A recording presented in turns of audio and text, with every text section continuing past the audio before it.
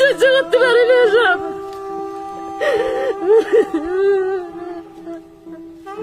অনেক লোক কাছে চেয়ারম্যান মেম্বারের কাছে ছুটে যাও, আমার এইসব আমি আর সহ্য করতে পারতেছি না। চিন্তা করলে ভালো হয়, আপনারা সেটা পদক্ষেপ নিয়ে আমাদের এই জায়গা যেভাবে আইনগত ভাবে থাকতে পারি সেইভাবে নিরাপত্তা করে দেবেন। আপনাদের কাছে আমার অনুরোধ।